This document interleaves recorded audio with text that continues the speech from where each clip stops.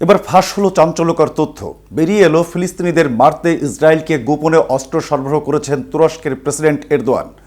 ফিলিস্তিনের অবরুদ্ধ গাজা উপত্যকায় ইসরায়েলের লাগাতার বিমান হামলা ও স্থল অভিযানকে কেন্দ্র করে তুরস্ক সব ধরনের বাণিজ্যিক সম্পর্ক ইসরায়েলের সঙ্গে বন্ধ ঘোষণা করেছিল। তবে সম্প্রতি তুরস্কের বিরুদ্ধে ইসরায়েলকে তেল সরবরাহ সংক্রান্ত গোপন নথি প্রকাশ হওয়ার অভিযোগ উঠেছে। এর আগে এক প্রতিবেদনে উঠে এসেছে নৃশংস হামলার মধ্যেই এরদোয়ান ইসরায়েল সরকারের কাছে অস্ত্র বিক্রি করেছে। আর এরপরই শুরু হয়েছে তুমুল জল্পনা। তবে কি ইসরায়েলের সঙ্গে গোপন আতাত চলছে এরদোয়ানের? বিস্তারিত থাকছে প্রতিবেদনের বাকি অংশে। আর কেটিভি নিউজ 24 চ্যানেল থেকে আপনাদের সাথে আছে আমি শাহনেওয়াজ। এরদোয়ানের বিরুদ্ধে গোপনে তেল সরবরাহের অভিযোগটি করেছেন তুরস্কের পার্লামেন্ট সদস্য জেরগারলিওগলু। অভিযোগের পক্ষে তিনি স্যাটেলাইট ছবি ও সামুদ্রিক ডাটাও প্রকাশ করেছেন। এসব প্রমাণে ইসরায়েলের সঙ্গে দেশটির তেল সহায়তার প্রমাণ মিলেছে। সামাজিক যোগাযোগ মাধ্যমে জেরগারলিওগলুর একটি ভিডিও ভাইরাল হয়েছে। ভিডিওতে তিনি দাবি করেন ইসরায়েলের তেলের অন্যতম যোগানদাতা হল তুরস্ক। পার্স টুডের প্রতিবেদনে বলা হয়েছে, গত ডিসেম্বরের মাঝামাঝি সময় তিনি বলেন, আমাদের জাহাজগুলো তাদের অবস্থান ট্রান্সপন্ডার বন্ধ করে দিয়েছে। এরপর এগুলো ইতালির দিকে যাওয়ার ভান করেছে।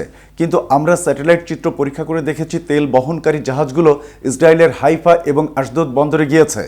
এর আগে তুরস্কের পরিসংখ্যান ইনস্টিটিউটের প্রতিবেদনে বলা হয়, গাজা উপত্যকায় নৃশংস হামলার মধ্যে গাজা উপত্যকায় নৃশংস হামলার মধ্যে এরদোয়ান ইসরায়েল সরকারের কাছে অস্ত্র বিক্রি করেছে। প্রতিবেদনে বলা হয়, তুরস্ক প্রথম মুসলিম দেশ যারা ইসরায়েলকে স্বীকৃতি দেয় এবং তাদের সঙ্গে দ্বিপাক্ষিক সম্পর্ক স্থাপন করে। 1949 সালে তুরস্কের সঙ্গে ইসরায়েলের দ্বিপাক্ষিক সম্পর্ক স্বাভাবিক হয়। এরপর এর সম্পর্ক সাংস্কৃতিক, বাণিজ্যিক, এমনকি সামরিক স্তরেও বিস্তৃত হয়। এদিকে ফিলিস্তিনিদের সমর্থনের জন্য আরব ও মুসলিম দেশগুলোর প্রতি আহ্বান জানিয়েছেন তুরস্কের প্রেসিডেন্ট রিসেপ তাইয়েপ এরদোয়ান। রাজধানী আঙ্কারায় মন্ত্রিসভার এক বৈঠকে আহ্বান জানান। মঙ্গলবার এক প্রতিবেদনে ডেইলি সাবা জানিয়েছে, রাজধানী আঙ্কারায় মন্ত্রিসভার এক বৈঠকে এরদোয়ান আরব ও মুসলিম বিশ্বের প্রতি সংহতি ও মানবিক সহায়তার মাধ্যমে গাজার জনগণকে সমর্থন জানানোর আহ্বান জানিয়েছেন। বহুমাত্রিক কূটনৈতিক প্রচেষ্টার মাধ্যমে তুরস্ক সক্রিয়ভাবে যুদ্ধবিরতি চুক্তিতে সহায়তা করেছে উল্লেখ করেন এরদোয়ান। পাশাপাশি বিশাল চ্যালেঞ্জ সত্ত্বেও ভূমি রক্ষায় ফিলিস্তিনি জনগণের স্থিতিস্থাপকতার জন্য তাদের প্রশংসাও করেছেন তিনি।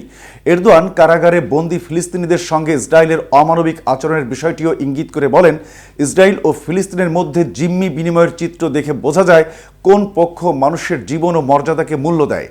দীর্ঘ 15 মাসের আগ্রাসনের পর রোববার বহুল কাঙ্ক্ষিত যুদ্ধবিরতি কার্যকর হয়েছে ফিলিস্তিনের অবরুদ্ধ গাজায়। যুদ্ধবিরতির আলোচনায় মধ্যস্থতা করেছে কাতার, মিশর ও যুক্তরাষ্ট্র।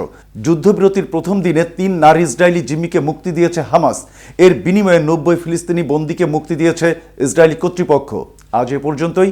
ভিডিওটি সম্পর্কে আপনাদের কোনো মতামত থাকলে জানাতে পারেন কমেন্ট করে। সাথে সাথে সারা বিশ্বের আপডেট নিউজ ও ইনফরমেটিভ ভিডিও পেতে কেটিভি নিউজ 24 এর সাথেই থাকুন। ধন্যবাদ।